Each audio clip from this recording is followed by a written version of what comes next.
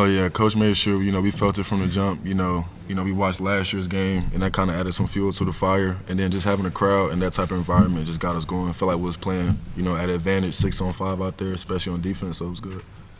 You were pretty fired up towards the end there. Just take us through that, the emotions of that, celebrating with the teammates as well. I just could tell, Coach walked in this morning with he had his AirPods in. His foot starts shaking himself when he get all excited and stuff like that. So I knew how he felt. He wanted that game bad. So, we just played for him. It was a lot of, kind of talk and disrespect last year. So I just wanted to settle that. That was all. How special was it to hear the crowd chanting your name? That's special. I think that's the second night in a row at home. So, I love the crowd. They crazy, so shouts out to them. They make the opposing team, feel their energy. Kalib, your guys' defense in the second half was noticeably stickier. You guys came out with a lot of energy. Was just going into halftime just down by 7 part of that, just knowing that game was in reach? Yeah, so basically we go every 4 minutes. We gotta win the 4 minutes. So and the way we gonna win that is on defense, no matter what. So we went in the locker room. Coach didn't even really say nothing to it. We already knew what it was. So. The leaders of the team, we told each other it's just the simple things: box out, stay on your man, and we gonna end up winning this game. Kalib, you played in that game last year. What do you remember about that, and then what changed? Last year we not no punks, but they punked us, and all 50-50 balls, offensive rebound, defensive rebounds. We went in their place. It was a hostile environment. So I think that probably shook us up a little bit, but it was a lot of talking last year. So we was just waiting for this game, and you see how the outcome came. We didn't do too much talking. We just went out there and handled business. You had a career night tonight. You had great offensive performance. What were you seeing out there? What were they giving you that you kind of? Well, I see they kept going under the ball screen and. I gotta shoot it. You gotta shoot it. No matter what, they have to respect your game at some point. That makes the offense move when they respect your jumper. So, I just in the halftime, I was probably 1 for 4 or something like that, and I was really damn, I can't get a shot.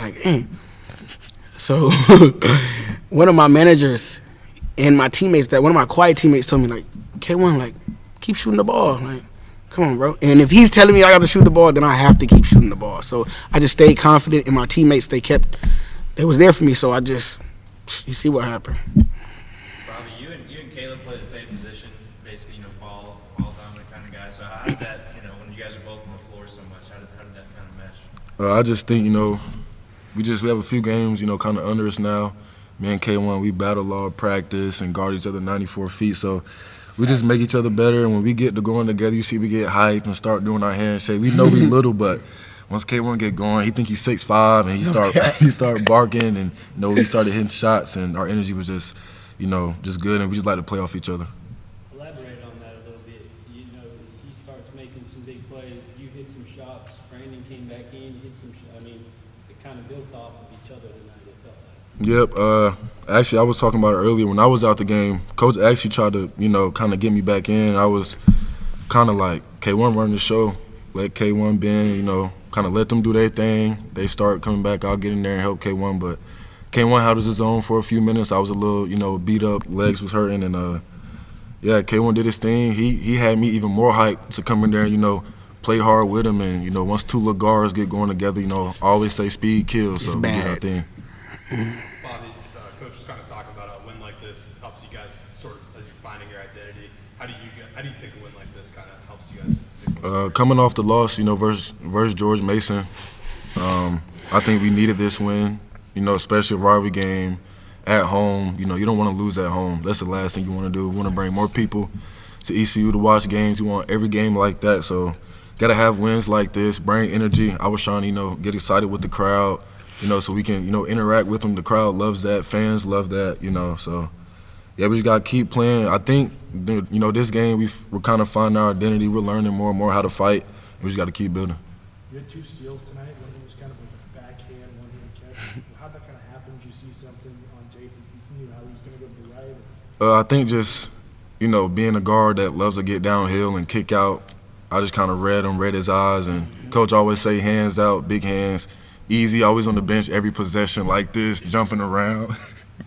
Jumping around and stuff like that. So he just reminded me to keep my hands out. You know, I got big hands for a little point guard, so it all just helped. Top one more. Have you and Phillips played against each other before? And No, we haven't.